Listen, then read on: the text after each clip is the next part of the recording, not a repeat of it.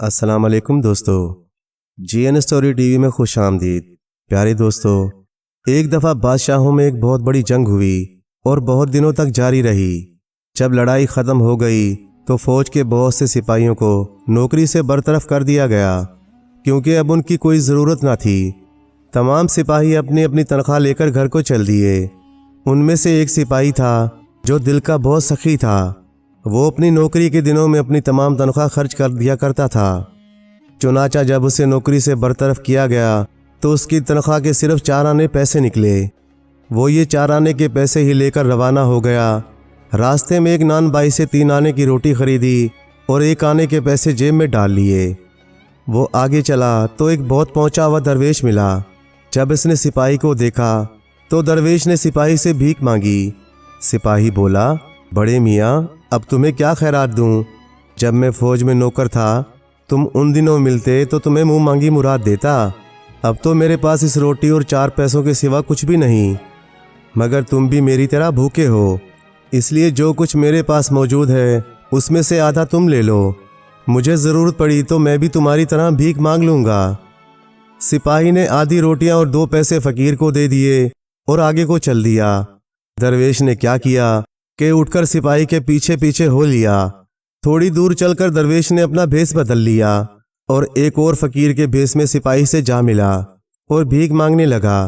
सिपाही ने वही जवाब दिया और फिर अपने बाकी खाने में से आधा खाना और 1 पैसा फ़कीर को दे दिया। दरवेश दुआएं देता हुआ चला गया, मगर तीसरी दफ़ा फिर अपनी सूरत बदल कर सिपाही को जा पकड़ा और फिर उससे भीख मांगने लगा। सिपाही के पास अब सिर्फ 1 पैसा और 2 रोटियां रह गई थीं। इसने 1 पैसा और 1 रोटी फ़कीर को दे दी और बाकी 1 रोटी एक कुएं के किनारे बैठकर खुद खा ली, पानी पिया और अल्लाह का नाम लेकर आगे चल दिया। सिपाही अभी थोड़ी ही दूर गया था कि वही दरवेश फिर सिपाही को आ मिला।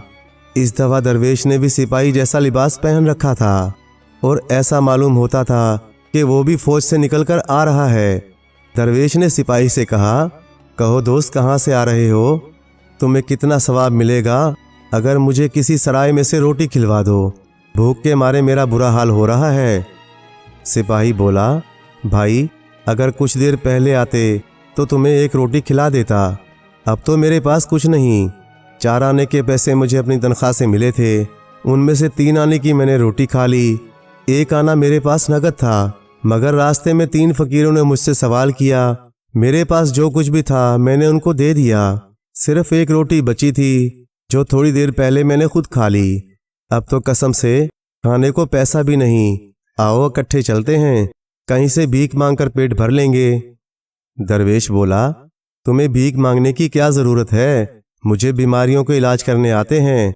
अगर कोई बीमार मिल गया तो खाने पीने की सूरत पैदा हो जाएगी। सिपाही बोला, भाई, तुम्हें तो हुनर आता है, तुम तो कमालोगे, मुझे तो कुछ नहीं आता। तुम्हारा और मेरा क्या जोड़? हम अकेले ही भीख मांगते हुए चले जाएंगे। अल्लाह रिज़्क देने वाला है, किसी न किसी तरह पेट भर देगा। दरवेश बोला, नहीं, अकेले जाने की क्या ज़रूरत है, तुम मेरे साथ आओ। मैं जो कुछ कमाऊंगा उसमें से आधा तुम्हें दे दूंगा। सिपाही ने खुश होकर कहा, ये बात है तो बिस्मिल्लाह, चलो, मैं तैयार हूँ। गर्ज दोनों दोस्त हंसते बोलते आबादी की तरफ रवाना हो गए। वो एक आबादी में पहुंचे, मगर उन्हें जो पहला घर नजर आया वहां से रोने चिल्लाने की आवाज़ें आ रही थीं। दोनों दोस्त इधर को चल दिए। जब वहां पहुंचे तो मालूम हुआ कि ये एक जमींदार का घर था और वो बहुत सख्त बीमार है। सिर्फ चंद घंटों का मेहमान मालूम होता था। दरवेश ने जमींदार के नौकर से कहा कि हमें अंदर ले चलो, हम तुम्हारे मालिक का इलाज करेंगे। नौकर उन्हें अंदर उसी कमरे में ले गया जहां जमींदार लेटा हुआ था। पास ही उसकी बीवी बैठी रो रही थी और नन्हे नन्हे बच्चे माँ को रोता देखकर बेचैन हो रहे थे और चीखें मार मार कर रो रहे थे। दरवेश ने जमींदार की बीवी बच्चों को तसल्ली दी और उन्हें चुप कराकर कहने लगा कि मैं अभी मरीज को ठीक किए देता हूँ। ये कहकर दरवेश ने जेब से एक दवाई की शीशी निकाली और इसमें से एक खुराक जमींदार को पिला दी। दवाई का पीना था कि जमींदार की आंखें खुल गईं और वो होश में आ गया और थोड़ी देर बाद तंदुरुस्त होकर उठ बैठा। मियाँ बीवी दरवेश के पैरों से लिपट गए और कहने लगे, हमारी जान, हमारा माल, सब कुछ मौजूद है। आप जो चाहें ले लें, हम तमाम उम्र आपकी गुलामी करने को तैयार हैं। दरवेश बोला, मुझे किसी चीज़ की ज़रूरत नहीं, मैं कुछ नहीं लूँगा। जमींदार ने बहुत कहा, मगर दरवेश कुछ भी लेने पर राज़ी ना हुआ। सिपाही बार बार दरवेश से कहता था कि कुछ थोड़ा बहुत कबूल कर लो, गुजारे की सूरत तो हो जाएगी। मगर दरवेश कहता कि इसका भी कोई ना कोई हल निकल आएगा। आखिर जमींदार की बीवी एक बकरी का बच्चा लेकर आई और कहने लगी, कम से कम इसको तो कबूल कर लीजिए, वरना यकीन फरमाइए हमें बहुत दुख होगा। दरवेश उसे भी लेने पर राज़ी ना हुआ, मगर सिपाही ने उसको मिन्नत से कहा कि इसे ले लो, इसकी हमें ज़रूरत पड़ेगी। आखिर दरवेश ने बकरी का बच्चा ले लिया और सिपाही से कहा, मुझे इसकी कोई ज़रूरत नहीं है, तुम्हें इसकी ख्वाहिश है तो तुम इसे उठाकर ले चलो। सिपाही बोला, बहुत खूब, इसको उठाना कौन सा मनोबोझ उठाना है, मैं लिए चलता हूँ। चुनाचा सिपाही ने बकरी के बच्चे की टांगें रस्सी में बांधकर उसे अपनी पीठ पर उठा लिया और दोनों दोस्त वहाँ से चलते बने। वो बातें करते करते बहुत दूर एक जंगल में जा निकले। अब बकरी के बच्चे को उठाए सिपाही थक गया था। उधर आते कुल हु अल्लाह पढ़ रही थीं। इसने दरवेश से कहा, भाई अब यहाँ ठहरकर कुछ आराम कर लें, फिर आगे चलेंगे। अगर कहो तो बकरी के बच्चे के कबाब भून लूं। दरवेश बोला, तुम्हारा दिल चाहता है तो शौक से कबाब बनाओ, मगर मैं इस बखेड़े में नहीं पड़ूंगा। तुम इसको भूनो और खाओ, और मैं इतनी देर में ज़रा इधर उधर टहलता हूँ, मगर देखो अकेले ही ना खाना शुरू कर देना। सिपाही बोला, तुम शौक से इधर उधर टहलो, मुझे कबाब बनाने खूब आते हैं, मैं अभी तैयार कर लेता हूँ। दरवेश तो इधर उधर टहलने लगा और सिपाही ने बकरी के बच्चे को ज़िबा किया। कुछ लकड़ियाँ इकट्ठी करके आग सुलगाई और कबाब भूनने लगा। सिपाही ने कबाब तैयार कर लिए और अपने दोस्त दरवेश के वापस आने का इंतज़ार करने लगा, मगर दरवेश का कहीं पता न था। सिपाही भूख से बेताब हो रहा था। वो सोचने लगा कि किसी ऐसी जगह से बोटी तोड़ूं कि दरवेश को मालूम ना हो। उसने कबाब को उल्टा पलटा कर देखा तो उसे बकरी के बच्चे का दिल दिखाई दिया। सिपाही ने सोचा कि दरवेश कहाँ दिल को देखता फिरेगा, और ये होता भी मज़ेदार है, इसी को खा लूँ। चुनाचा सिपाही ने दिल निकाल कर खा लिया। सिपाही ने दिल खाया ही था कि दरवेश साहब वापस आ गए और बोले, ये तमाम कबाब तुम खुद खा लो, मुझे सिर्फ इस बच्चे का दिल दे दो, मेरे लिए वही बहुत काफ़ी है। सिपाही अब बड़ा परेशान हुआ और कुछ तो उसकी समझ में ना आया। चाकू लेकर कबाब के सीने में दिल को तलाश करने लगा। दिल कहीं होता तो उसे मिलता। आखिर थोड़ी देर बाद बोले, साहब मुझे तो दिल कहीं नहीं दिखाई दे रहा। दरवेश बोला, ताज्जुब है कि इसमें दिल मौजूद नहीं, आखिर गया तो गया, कहाँ गया? सिपाही बोला, मुझे तो कुछ मालूम नहीं, मगर यार हम भी बड़े भोले ही हैं, भला बकरी के बच्चे में दिल कहाँ से आया? इनके तो दिल होता ही नहीं। दरवेश बोला, सचमुच मुझे तो ये मालूम ही नहीं था, मगर सब जानवरों का दिल होता है तो बकरी के बच्चे का क्यों नहीं होता? सिपाही कहने लगा, नहीं भाई, यकीन मानो, बकरी के बच्चे का दिल नहीं हुआ करता। मैं भी बहुत अहमक हूँ कि तुमसे दिल का नाम सुनकर उसे कबाब में तलाश करने लगा। दरवेश बोला, अच्छा, अगर दिल नहीं तो मैं कुछ नहीं खाऊंगा, तुम शौक से सारा खा लो। सिपाही बोला, जितना मुझसे खाया जाएगा मैं खा लेता हूँ, बाकी को रुमाल में बांध लूँगा, फिर तुम्हें कहीं भूख लगी तो खा लेना। गर्ज सिपाही ने आधे के करीब खा लिया और बाकी आधे को रुमाल में बांधकर साथ ले लिया और आगे को रवाना हो गए। वो चले जा रहे थे कि रास्ते में एक नदी आई। दरवेश ने सिपाही से कहा कि तुम आगे बढ़ो, नदी में से तैरकर निकलना होगा। सिपाही बोला, नहीं, पहले तुम बिस्मिल्लाह करो। सिपाही ने दिल में सोचा कि इसको आगे भेजूंगा, अगर पानी गहरा हुआ तो इसकी जान चली जाएगी, मेरी तो जान बच जाएगी। आखिर दरवेश पानी में उतरा, पानी उसके घुटनों तक आया। वो आसानी से गुजरकर दूसरे किनारे जा खड़ा हुआ और सिपाही से कहने लगा, अब तुम भी आ जाओ। सिपाही पानी में उतरा तो दरवेश ने दुआ की कि यह नदी पानी से भर जाए। सिपाही नदी के बीचों बीच था कि पानी का वो जोर हुआ कि सिपाही की कमर तक आ गया। सिपाही ने मदद के लिए दरवेश को पुकारा और कहा, भाई बचाना, भाई बचाना, पानी के जोर से मेरे पांव उखड़ रहे हैं। दरवेश बोला, पहले ये इकरार करो कि बकरी के बच्चे का दिल तुमने खाया है। सिपाही बोला, नहीं नहीं, मैंने नहीं खाया। पानी सिपाही की गर्दन तक आ गया। सिपाही फिर चिल्लाया, भाई ज़रा पानी में उतरकर मेरा हाथ पकड़ लो। दरवेश फिर बोला, पहले इकरार करो कि बकरी के बच्चे का दिल तुमने खाया है। सिपाही ने वही जवाब दिया, नहीं मैंने नहीं खाया। पानी का जोर और बढ़ गया और पानी सिपाही के मुंह तक पहुंच गया। सिपाही ने मुश्किल से कहा, खुदा के लिए मुझे बचाओ, मैं डूब रहा हूँ। दरवेश बोला, अब भी इस बात का इकरार कर लो कि बकरी के बच्चे का दिल तुमने खाया है, तो मैं तुम्हें बचा लूँगा। सिपाही ने फिर वही जवाब दिया, नहीं नहीं, मैंने दिल नहीं खाया। दरवेश को सिपाही की इस बात पर बहुत गुस्सा आया और उसका दिल चाह रहा था कि इस झूठे आदमी को पानी में गर्क होने दिया जाए। मगर फिर इसने सोचा, अगर ये झूठा है मगर इसमें इतनी खूबी तो है कि ये रहम दिल है और मुसीबत ज़दा आदमियों की मदद करता है। आखिर इसने एक रोटी के सिवा अपना तमाम खाना और पैसे मुझे दे डाले थे। ये सोचकर दरवेश को उस पर रहम आ गया। उसने दुआ की तो पानी उतर गया और इसने खुद आगे बढ़कर सिपाही का हाथ थामा और उसे खींचकर बाहर निकाल लिया। दोनों दोस्त फिर आगे रवाना हुए। रास्ते में दरवेश सिपाही को झूठ से बचने की नसीहतें करता रहा और बार बार कहता रहा, अगर तुमने दिल निकाल कर खा लिया था तो मुझे बता दो, इसमें हर्ज ही क्या है, मैं तुम्हें कुछ नहीं कहूँगा। मगर सिपाही ने तमाम नसीहतें सुनी, उनके लिए दरवेश का शुक्रिया अदा किया मगर अपना कसूर ना माना। वो दोनों इकट्ठे सफ़र करते रहे यहाँ तक कि वो एक दूसरे देश में पहुँच गए। वहाँ इन्हें मालूम हुआ कि वहाँ के बादशाह की बेटी बड़ी सख्त बीमार थी और उसके बचने की कोई उम्मीद नहीं थी। सिपाही ने दरवेश से कहा, दोस्त, ये बड़े मज़े का मौका है, शहज़ादी का इलाज करो। वो अगर अच्छी हो गई तो ये समझ लो कि तमाम उम्र का चैन मिल जाएगा। दरवेश सिपाही की बात सुनकर चुपचाप आगे चलता रहा और सिपाही था कि बार बार कह रहा था, भाई ज़रा कदम उठाकर चलो, अगर देर हो गई तो मौका हाथ से जाता रहेगा। लेकिन दरवेश और भी आहिस्ता आहिस्ता चलने लगा।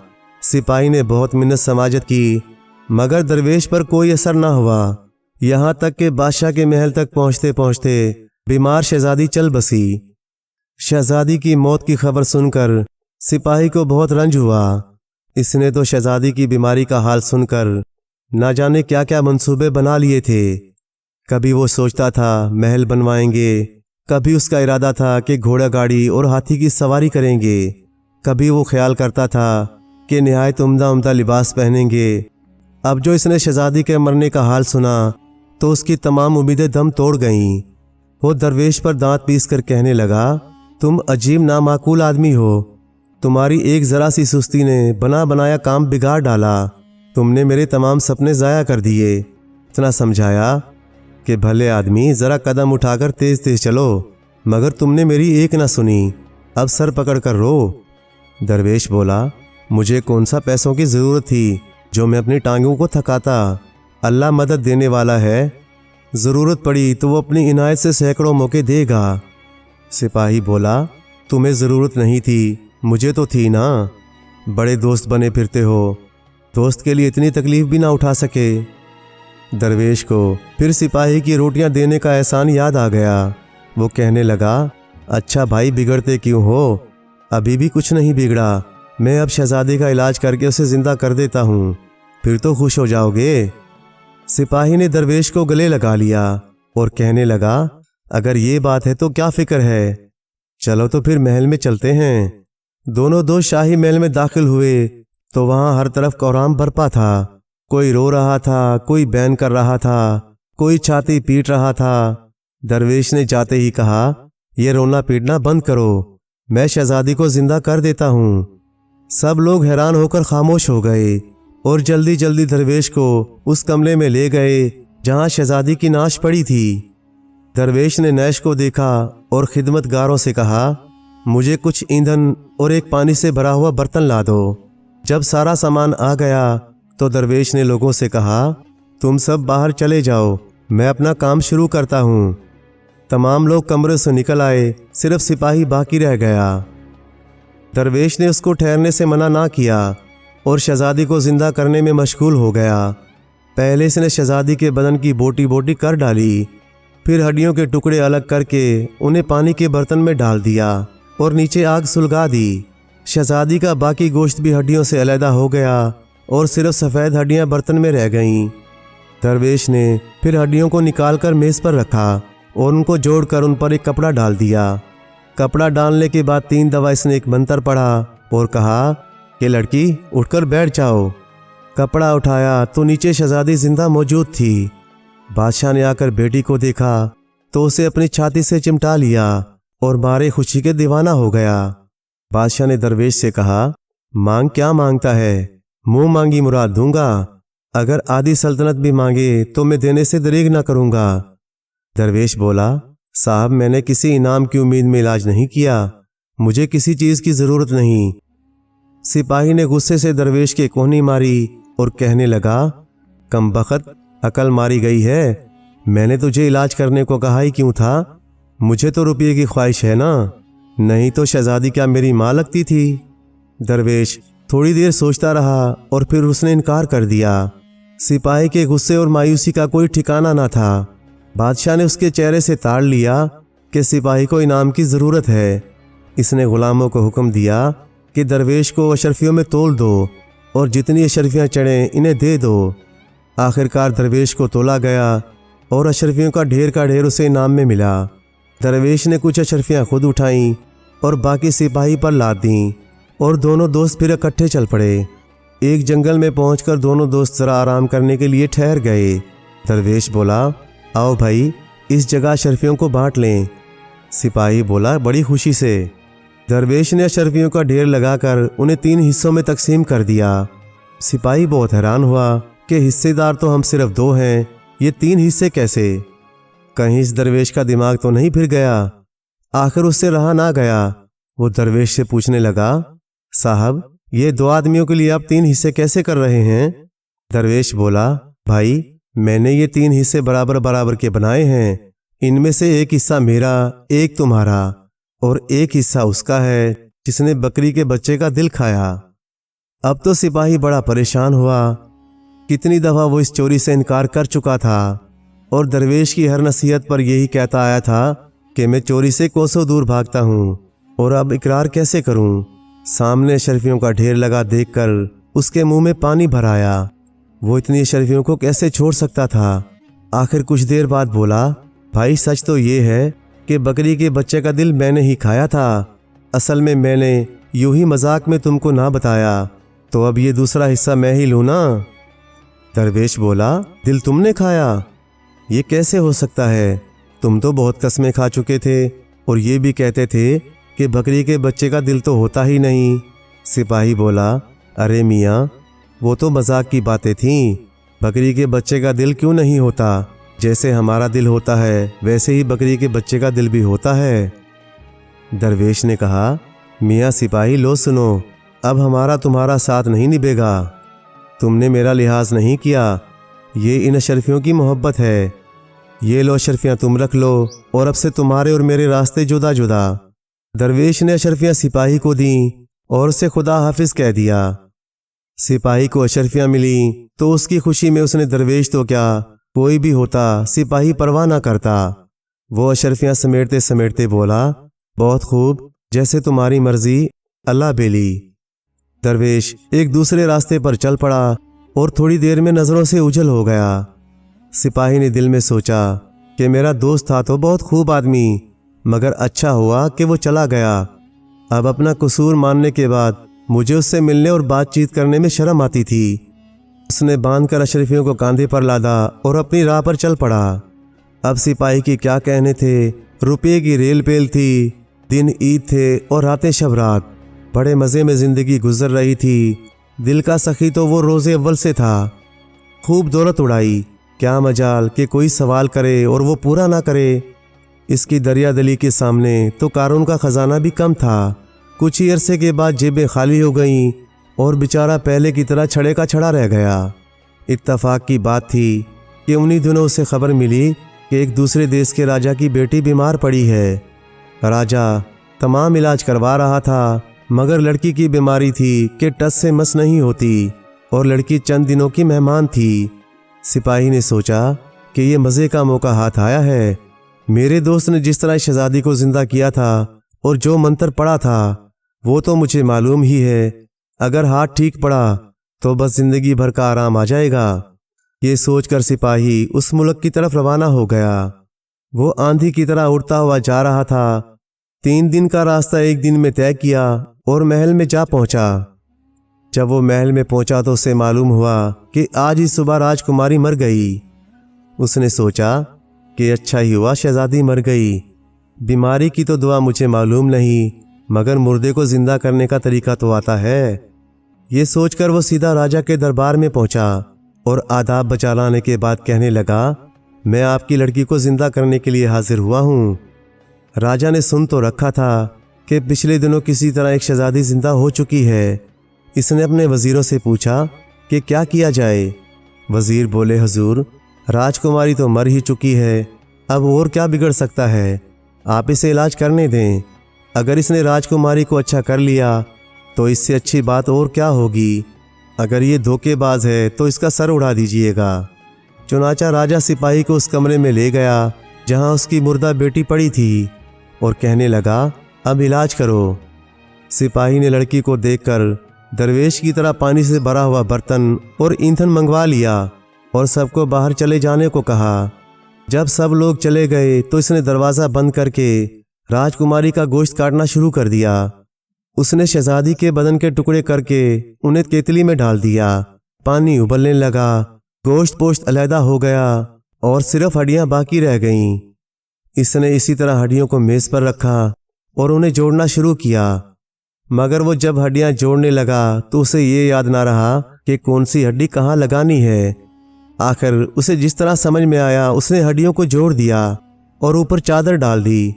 चादर डालकर मंत्र पढ़ना शुरू किया। 3 बार पढ़कर चादर उठाई और कहा, उठो शहजादी, उठकर बैठ जाओ। मगर वहाँ किसी में जान हो तो उठे। गर्ज उसने फिर हड्डियों को जोड़ा तोड़ा और मंत्र पढ़ा, मगर कुछ भी ना हुआ। वो बेचारा बार बार हड्डियों को उलट पलट कर जोड़ता रहा और मंत्र पढ़ता रहा, मगर शहजादी टस से मस ना हुई। तो सिपाही के होश उड़ गए कि ये तो लेने के देने पड़ गए। वो तो इस उम्मीद से आए थे कि अशरफियों के थैले मिलेंगे और सोने की रेल पेल होगी। अब उसकी ये हालत थी कि उसकी जान के लाले पड़ गए। खौफ के मारे सिपाही का बुरा हाल था। मौत उसकी आंखों के सामने फिर रही थी। वो सोचने लगा कि जोर का खड़ाका होगा, राजा का सिपाही आएगा और सिपाहियों ने मुझे फांसी पर चढ़ा देना है। इतने में सिपाही क्या देखता है कि कमरे की खिड़की खुद ब खुद खुल गई और उसका दोस्त दरवेश सामने खड़ा था। दरवेश ने वही सिपाही जैसा लिबास पहन रखा था और उसकी शक्ल सूरत से मालूम होता था कि वो बहुत नाराज है। सिपाही को देखते ही उसने कहा, अबे चुकंदर, ये क्या कर रहा है। सिपाही दरवेश को देखते ही उसके पैरों में गिर पड़ा और कहने लगा, भाई खुदा के लिए मेरी मदद कर, वरना मैं चंद घंटों का मेहमान हूँ। दरवेश बोला, अबे नामाकुल, तुझे ये क्या सूझी थी कि तुम शहजादी को जिंदा करने चल पड़े। सिपाही ने हाथ जोड़कर कहा, भाई पेट बुरी बला है, तुमने जो कुछ दिया था वो सब मैंने उड़ा डाला और कुछ ना बचा, तो फिर मैं क्या करता। यकीन मानो मजबूरी की हालत में ये हरकत की है। बस अब तो खुदा के लिए मेरी छुटकारे की कोई तदबीर करो।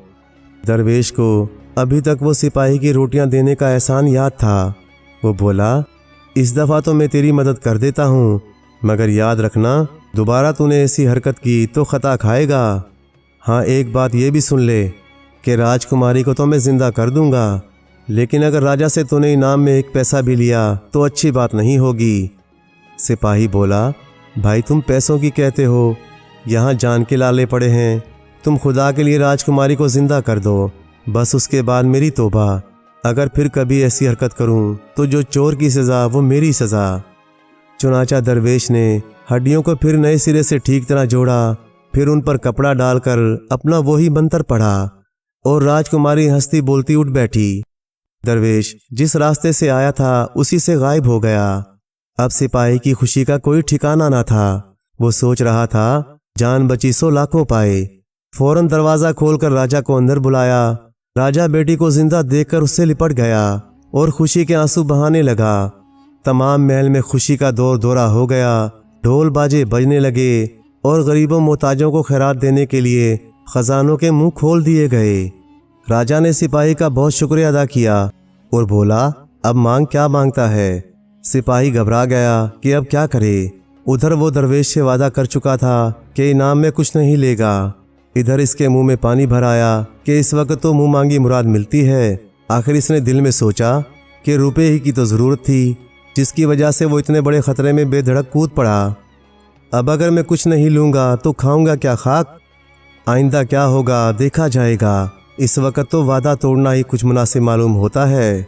आखिर इसने राजा से कहा, हुजूर मैं क्या इनाम में मांगूं, जो कुछ आप देंगे मैं खुशी से कबूल कर लूँगा। राजा ने इनाम में गाड़ियाँ रुपए पैसे से लदवा कर सिपाही के हवाले कर दी और बड़ी इज्जत से उसको महल से रुखसत कर दिया। सिपाही बाहर निकला तो क्या देखता है कि दरवेश उसके सामने खड़ा था। सिपाही उसे देखकर कांप उठा और दिल में सोचने लगा, देखें अब ये क्या हफट ढाता है। वो डरता डराता उसके पास आया और खामोश होकर खड़ा हो गया। दरवेश बोला, मैंने तुझे मना किया था कि एक पैसा भी ना लेना, और तू ये गाड़ियाँ की गाड़ियाँ लदवाए लिए जा रहा है। सिपाही ने मिन्नत से कहा, भाई मैंने तो बहुत इनकार किया, मगर राजा ने ज़बरदस्ती मुझे इनाम दे दिया, फिर भला मैं क्या कर सकता था। दरवेश को सिपाही पर बहुत गुस्सा आया, मगर वो अपने गुस्से को पी गया और बोला, अच्छा मैं ये तेरी खता भी माफ़ करता हूँ, लेकिन मैं कह रहा हूँ कि अब अगर तूने मुर्दा ज़िंदा करने की कोशिश की तो जान से हाथ धो बैठेगा। सिपाही ने अब कानों को हाथ लगाया और बोला, मुझे इसकी क्या ज़रूरत पड़ी है कि माल और दौलत के इस ढेर को छोड़कर हड्डियाँ उबालता फिरूं। दरवेश बोला, मगर हज़रत ये माल और दौलत कितने दिनों की मेहमान है, कल फिर वही कोरे के कोरे रह जाओगे। अच्छा देखो, मैं तुम्हारे हमेशा के आराम की कोई सूरत बना देता हूँ। तुम्हारे बटवे में आज से ये ताकत पैदा हो जाएगी कि तुम जिस चीज़ की ख्वाहिश करोगे वो खुद ब खुद इसमें आ जाएगी। मगर देखो, अब अगर तुमने वादा तोड़ा तो तुम्हारी जान की खैर नहीं। सिपाही बोला, सुभान अल्लाह, अगर ऐसी नेमत किसी के पास मौजूद हो तो उसका सर फिरा है कि रुपया कमाने को मारा मारा फिरे। मेरी समझ में नहीं आता कि मैं तुम्हारा कैसे शुक्रिया अदा करूं। दोनों दोस्त गले मिलकर रुखसत हो गए। सिपाही ने एक घर खरीद कर अपनी तमाम दौलत उसमें ला रखी और फिर मज़े उड़ाने लगा। सिपाही के पास मालो दौलत इस कदर था कि उसे ये भी याद ना रहा कि मेरे बटवे में कैसी खूबी है। आखिर पहले की तरह उसका तमाम रुपया खर्च हो गया और वो फिर नंगा भूखा होकर रह गया। बटवे में 4 आने के पैसे थे। वो खाना खाने के लिए एक सराय में जा धमका, कुछ सालन और रोटी लेकर पेट भरा और सोचने लगा कि अब क्या किया जाए। वो बैठा सोच रहा था कि नाक में मुर्गों के कबाब की खुशबू आई। उसने सर फेर कर देखा तो भटियारी ने चूल्हे पर 2 मुर्गों के कबाब चढ़ा रखे थे और उन्हें भून रही थी। सिपाही कबाबों की उम्दा खुशबू से बेताब हो गया और सोचने लगा किसी तरह ये कबाब उड़ाने चाहिए, मगर उसके पास तो कुछ भी पैसा ना था। वो कबाब कैसे लेता। इतने में उसे ख्याल आया कि दरवेश ने कहा था, तुम जो कुछ भी चाहो तुम्हारे बटवे में मौजूद हो जाएगा। उसने सोचा इस बात को भी आजमा कर देखा जाए। वो भटियारी को पैसे देने के लिए सराय से बाहर निकला और बोला, खुदा करे वो मुर्ग जो भटियारी भून रही है चूल्हे पर से उड़कर मेरे बटवे में आ जाए। कहने की देर थी कि बटवा फूल गया और उसने खोल कर देखा तो भुना भुनाया मुर्गा बटवे में मौजूद था। अब तो सिपाही की खुशी का कोई ठिकाना ना था। वो दिल में कहने लगा, मैं भी कितना अहमक हूँ, 2 दिन से पैसों की फिक्र में घुला फिर रहा था। अल्लाह ताला मेरे यार की उम्र दराज करे। वो तो मुझे ऐसी नेमत दे गया कि सारी दुनिया का बादशाह मैं ही हूँ। सिपाही आगे चलकर सड़क के किनारे एक दरख्त की छांव में बैठ गया और मज़े ले लेकर कबाब खाने शुरू कर दिए। सिपाही ने एक मुर्गा ही खाया था कि 2 भले आदमी इधर से गुजरे। मुर्ग के कबाब को उन्होंने ललचाई हुई नज़रों से देखा। सिपाही ने ताड़ लिया और उन्हें बुलाकर बोला, भाई तुम्हारा दिल अगर इस मुर्गे खाने को चाहता है तो शौक से लो, मेरा पेट एक ही कबाब से भर गया है। उन दोनों मुसाफिरों ने सिपाही का शुक्रिया अदा किया और मुर्ग का कबाब लेकर खुशी खुशी सराय में पहुंचे कि वहां पर कुछ रोटी वगैरह खरीद कर उसे मज़े से खाएंगे। इत्तफाक की बात, जिस वक़्त सिपाही ने मुर्गी के कबाब उड़ाए थे तो भटियारी किसी काम के लिए चूल्हे के आगे से उठ गई थी। वो जो वापस आई तो कबाब वहाँ से गुम थे।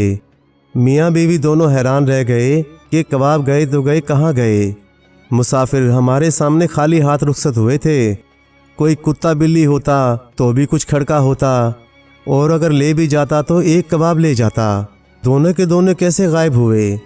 अब ये दोनों मुसाफिर जो सराय में आए तो भटियारी देखती है कि एक भुना भुनाया मुर्गा उनके पास था।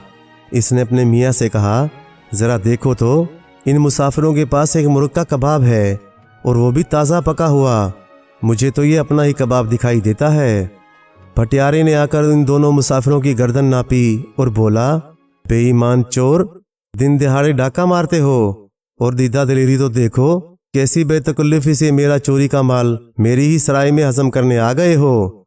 बहुत खूब, अपने हाथों से इसके पैसे निकालो, वरना पीट पीट कर भुर्ता बना दूंगा। उन दोनों ने बहुत समझाया कि मियाँ, हम कोई चोर उचक्के नहीं हैं। हमें एक सिपाही रास्ते में मिला था, उसने ये हमें कबाब दिया है। हमें क्या मालूम कि उसने ये कबाब खरीदा था या चुराया था। मगर भटियारा कब उनकी सुनता, बोला, अबे लुच्चो, मैं तुम्हारी बातों में नहीं आने वाला। मुझे पागल समझा है? वो सिपाही तो मेरे सामने खाली हाथ रुखसत हुआ था। बस अब पैसे निकालने की सोचो। इन बेचारों के पास इतने पैसे कहाँ थे कि वो मुर्गी का दाम अदा कर सकें। भटियारे ने उनको पीट पीट कर अधमुआ कर दिया और आखिर सराय से धक्के देकर बाहर निकाल दिया। सिपाही ने इन भले आदमियों को कबाब देकर अपनी राह ली। पेट भरा हुआ था। बटवे की करामात का यकीन हो चुका था। उसकी खुशी का कोई ठिकाना न था। वो लंबी लंबी डींगें भरते हुए चले जा रहा था और दिल में कह रहा था कि बटवे की बदौलत रुपए पैसे और खाने पीने की फिक्र से तो वो आज़ाद हुआ। अब बाकी की तमाम उम्र बेफिक्री से देश देश के सफ़र करके गुजारूंगा। वो चले जा रहा था कि क्या देखता है, उजाड़ जंगल में एक बहुत बड़ा शानदार किला खड़ा था। सिपाही ने दिल में सोचा, ये किसी बेअक्ले को क्या सूझी कि वीराने में ऐसा उम्दा किला बना दिया। वो और आगे बढ़ा तो उसने देखा कि करीब ही एक टूटी फूटी सराय भी मौजूद थी। सिपाही सराय की तरफ चल दिया और सराय वाले से जाकर कहने लगा, भाई, मैं एक रोज़ यहाँ ठहरना चाहता हूँ। मेरे पास कोई माल व असबाब तो मौजूद नहीं है, बस अकेली जान हूँ। कहीं भी जगह दोगे तो मैं पढ़कर रह लूँगा। सराय वाला बोला, मियाँ, यहाँ तो किसी कमरे में तिल रखने को भी जगह नहीं। मुसाफिरों की वो भरमार है कि खुदा की पनाह, कहीं और ठहरने का इंतज़ाम करो। सिपाही बोला, सामने ये इतना बड़ा किला मौजूद है और लगता है खाली है, क्यों ना मैं उसमें ठहर जाऊं। सराय वाला बोला, मियाँ, इस किले का नाम ना लो, खुदा किसी दुश्मन को भी उधर ना भेजे। कई मुसाफिर वहाँ रात बसर करने गए थे, मगर आज तक हमने किसी को वापस निकलते नहीं देखा। सिपाही बोला, अगर ये बात है तो मैं आज की रात इसी में बसर करूँगा। सराय वाले ने बहुत समझाया, मियाँ, क्यों अपनी ज़िंदगी के पीछे पड़े हो? बड़े बड़े दिल गुर्दे वाले गए थे कि हम आकर बताएंगे कि किले में क्या है और किसने मुकाबला किया तो उसको ज़िंदा नहीं छोड़ेंगे। मगर जब वो अंदर गए तो फिर आज तक किसी को ना मालूम हुआ कि उनको आसमान खा गया या ज़मीन निकल गई। सिपाही बोला, मियाँ, तुम काहे को फिक्र करते हो? मुझसे अगर किसी का पाला पड़ा तो मैं उसे देख लूँगा। लाओ, अगर मौजूद हो तो कुछ सालन रोटी दे दो, फिर अल्लाह हाफिज। सराय वाले ने उसे बहुत समझाया, मगर सिपाही कहाँ सुनता था। एक रुमाल में रोटी और सालन बांधकर वो किले की जानिब रवाना हो गया। किले में दाखिल हुआ तो किले को ऐसा सजाया गया था कि उसकी देखकर आंखें खुल गईं। उसने एक कमरे में बैठकर खाना खाया और फिर खूब किले की सैर की। तमाम कमरों में ऐसा उम्दा सामान मौजूद था, गोया कमरे दुल्हन की तरह सजे हुए थे, मगर ना कोई आदम ज़ात था। जब सिपाही घूम घूम कर थक गया तो आखिर एक मसेरी पर पड़कर सो गया। आधी रात का वक़्त होगा कि कमरे में खड़का हुआ। सिपाही ने आंखें खोली तो क्या देखता है कि 8 खौफनाक देव एक दूसरे का हाथ पकड़कर उसकी मसेरी के चारों तरफ नाच रहे थे और आहिस्ता आहिस्ता उसकी मसेरी के करीब आते जा रहे थे। सिपाही बोला, अबे नामाकुलो, देखते नहीं कि मैं सो रहा हूँ? नाचना है तो बाहर आंगन में जाकर नाचो, यहाँ क्यों उधम मचा रखी है? अगर ज़्यादा सताया तो जूते मारकर सर गंजा कर दूंगा। मगर देव किसकी सुनते हैं, इसी तरह नाचते रहे और मसेरी के करीब करीब आते गए। सिपाही ने फिर कहा, अबे क्या बहरे हो? सुनाई नहीं देता मैं क्या कह रहा हूँ? यहाँ से दुम दबाकर भाग जाओ वरना जिंदा नहीं छोड़ूंगा।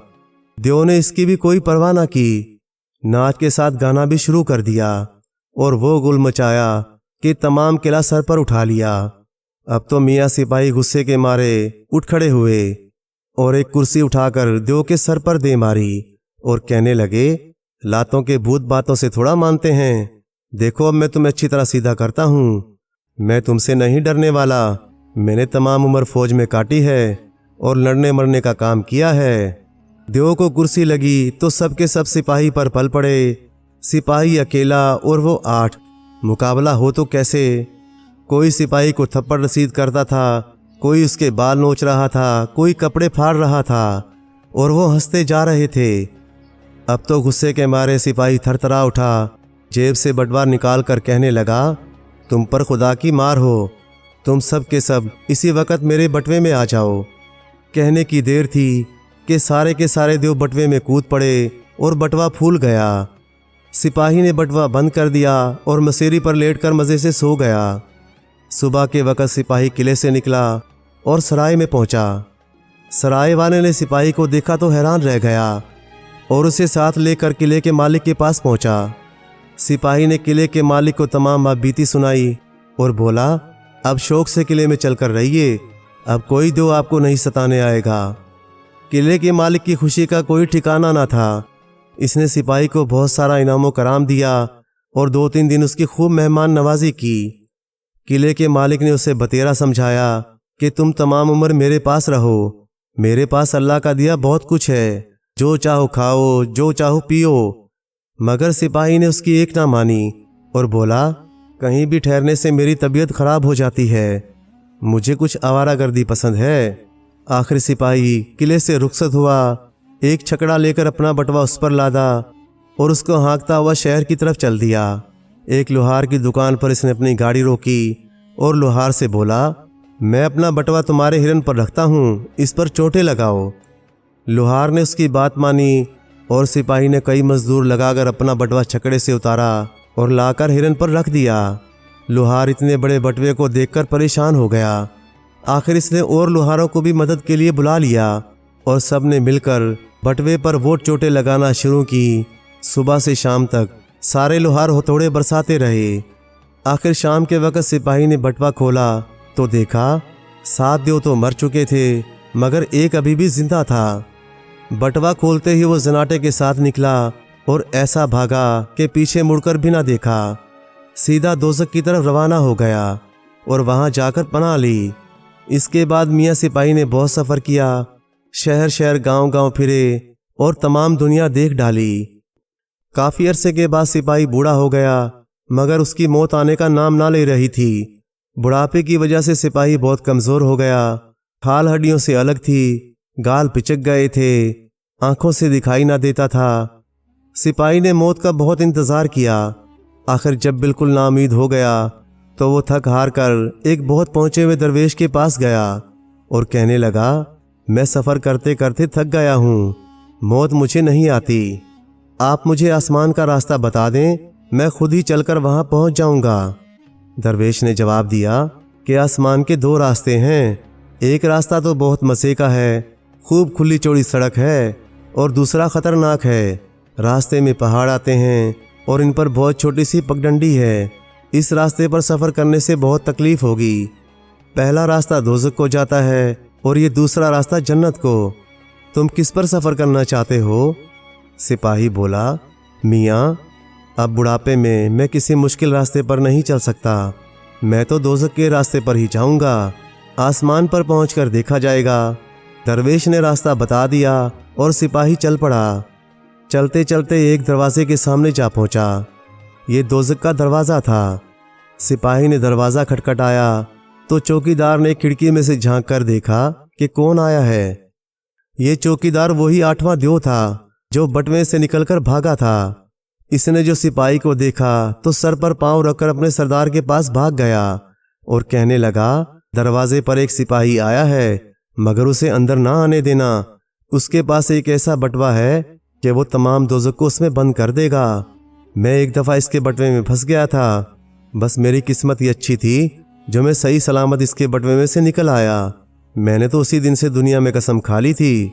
देव की बात सुनकर उनका सरदार खुद खिड़की पर आया और कहने लगा, हम आपको अंदर नहीं आने देंगे, किसी और तरफ का रास्ता लीजिए। सिपाही बोला, अच्छा, अगर दोज़ख में नहीं आने देते तो मुझे जन्नत का रास्ता बता दो। दोज़ख के सरदार ने उसे रास्ता बता दिया और सिपाही हाँफता काँपता जन्नत के दरवाजे पर जा पहुंचा। सिपाही क्या देखता है कि जन्नत का दरोगा उसका वही पुराना दोस्त दरवेश था जिसने उसे करामाती बटवा दिया था। दरवेश ने सिपाही को देखा तो कहने लगा, फरमाइए, इधर आप कहाँ रास्ता भूल पड़े? सिपाही बोला, भाई खुदा के लिए मुझे अंदर आने दो, मैं तो खुद इधर नहीं आया था, सीधा दोज़ख का ही रास्ता लिया था, मगर वहाँ भी मुझे किसी ने घुसने ना दिया। अब तुम ही रहम करो, मैं अपने सब गुनाहों से तौबा करता हूँ। दरवेश बोला, नहीं साहब, ये जगह आप जैसे झूठों के लिए नहीं है। सिपाही रो पड़ा और कहने लगा, अब खुदा के लिए मेरे गुनाह माफ़ कर दो, मेरा कोई ठिकाना नहीं है। सिपाही ने बहुत मेहनत समाजत की मगर दरवेश ना माना। आखिर सिपाही ने बटवा निकाल कर दरवेश को दिया और कहने लगा, अच्छा तो ये लो, अपना ये तोहफा भी रख लो, अब मैं इसे अपने पास नहीं रखना चाहता। दरवेश ने बटवा ले लिया और जन्नत में एक दरख्त की शाख पर टांग दिया। दरवेश का बटवा टांगना था कि सिपाही बोला, मैं चाहता हूं कि मैं खुद इस बटवे में पहुंच जाऊं। कहने की देर थी कि सिपाही बटवे में जा पहुंचा। अब तो दरवेश भी मजबूर हो गया। सिपाही को बटवे से निकाला, अपने अफसर से उसकी सिफारिश की और बोला, इस शख्स में सारी अच्छी आदतें हैं, सिर्फ ये बात बुरी है कि इसे झूठ बोलने की आदत है, मगर अब इसने सच्चे दिल से तौबा की है। मेरे ख्याल में अब इसे जन्नत में रहने की इजाज़त दी जाए। अफसर ने दरवेश की सिफारिश सुन ली और सिपाही को जन्नत में रहने की इजाज़त दे दी। प्यारे दोस्तों, कहानी अच्छी लगे तो लाइक करें, चैनल को सब्सक्राइब कर दें और मज़ीद इसी तरह की किस्से कहानियाँ देखने के लिए देखते रहें GN स्टोरी TV। शुक्रिया।